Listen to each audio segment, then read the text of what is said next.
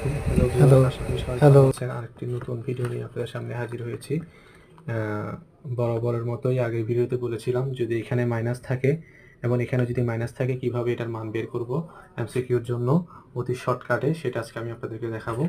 তো একইভাবে যদি এই ভিডিওটি না বুঝেন অবশ্যই আগের ভিডিওটি দেখে আসবেন। একইভাবে এটার যে মান দেওয়া আছে x-1/x এর মান যেটা দেওয়া আছে তার ঘন করব, অর্থাৎ কিউব করব, তার উপর কিউব দিব এবং মাইনাস দিব।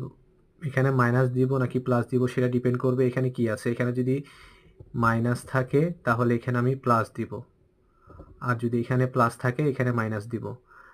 এখানে 3 দিব এবং যে মানটা দেওয়া থাকবে সেই মানটা গুণ আকারে বসিয়ে দিব।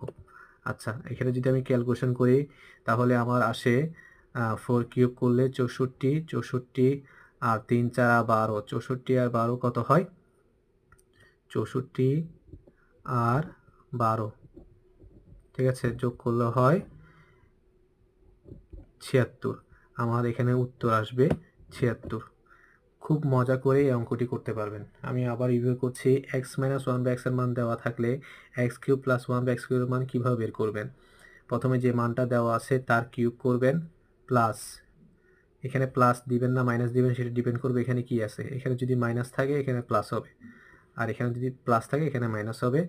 এই 3 দিবেন এবং যে মানটা দেওয়া আছে সেই মানটা গুণ আকারে বসিয়ে দিবেন। ক্যালকুলেশন করলে আমরা পাবো 76।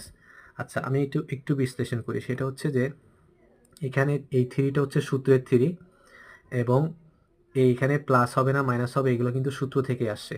অর্থাৎ আমি 2-3 লাইন না করে অতি সহজেই কিভাবে করা যায় সেটা আমি আপনাদেরকে দেখালাম। যখন আপনারা রিটেনে করবেন তখন দেখবেন তৃতীয় লাইনে তৃতীয় লাইনে আপনাদের এই মানটা আসবে, এভাবে মানটা এভাবে করে আসবে।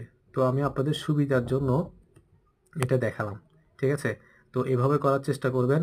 আশা করি ভিডিওটি বুঝতে পেরেছেন। যদি বুঝে থাকেন আমার এই ইউটিউব চ্যানেলকে বেশি বেশি লাইক, কমেন্ট এবং শেয়ার করুন এবং সাথেই থাকুন। আশা করি সবাই ভালো আছেন। আর ধৈর্য সহকারে ভিডিওটি দেখুন, বুঝলে সেকেন্ডে বুঝতে পারবেন। সেকেন্ডেই এই ধরনের অঙ্কগুলো করতে পারবেন।